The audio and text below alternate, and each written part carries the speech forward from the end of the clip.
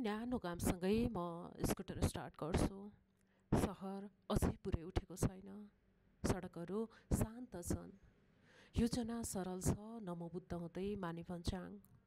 सहर छोडेपछि सडक साँगुरिँदै जान्छ, तर दृश्यहरू फराकिला। बायाँपट्टि छिटपुट घर, दायाँपट्टि हरियाली। बिचमा म आफ्नै रफ्तारमा कहिले चढको घाम, कहिले धुलो, कहिले देवदारको सुवास। प्रत्येक मोड नयाँ अनुभव। नमो बुद्ध नजिकिँदै जाँदा मन एकाएक शान्त हुन्छ। टाढाबाट सुनिने ओम मने पेदमे हुँको धुनले भित्रसम्म छुन पुग्छ। केही बेर थामेर दर्शन लिन्छु। प्रार्थना हल्लिएको आकाश, बुद्धको शान्त अनुहार र पाठ। हतार नगर्नु, प्रत्येक मोड भेटेर जानु। त्यसपछि फेरि यात्रा माने भञ्जाङतिर उक्लिँदै गर्दा एउटा सानो बजार छेउ पुगेँ। अचानक ढोल मादलको ताल सुनियो। जिज्ञासाले स्कुटर रोकेँ। त्यहाँ गाउँका युवतीहरू लोक नाचमा मग्न। केहीले पौराणिक कथा इन्याक्ट गरिरहेका, केहीले परम्परागत पोसाकमा रमाइरहेका।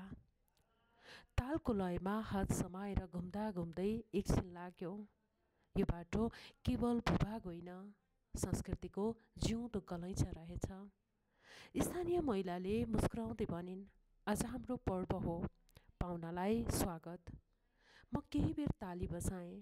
क्यामेरामा 2-4 सेकेन्ड कैद गरेर मनमा भने, लामो सम्झना सुरक्षित गरेँ।